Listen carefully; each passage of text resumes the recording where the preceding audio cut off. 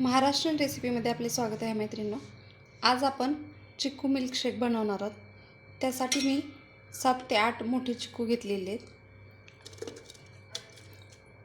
आपण हे मिक्सर ग्राइंडरमध्ये आपण टाकून घेणार आहोत आणि हे आपलं साई सकट दूध टाकते मी।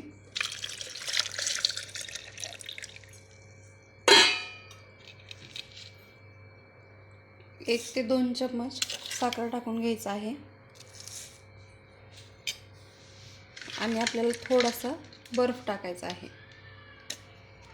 आणि आपण हे मिक्सर जारला फिरवून घेणार आहोत।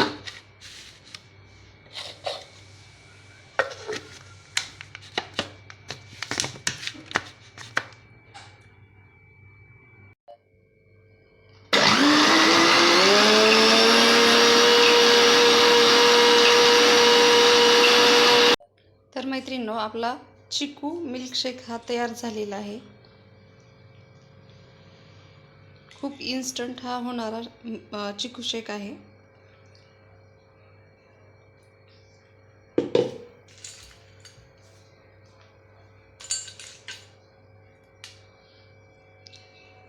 तर मैत्रिणींनो, तुम्हाला चिक्कू मिल्कशेक कसा वाटला हे मला कमेंटमध्ये सांगा। रेसिपीला लाईक, शेअर आणि सबस्क्राईब करायला अजिबात विसरू नका।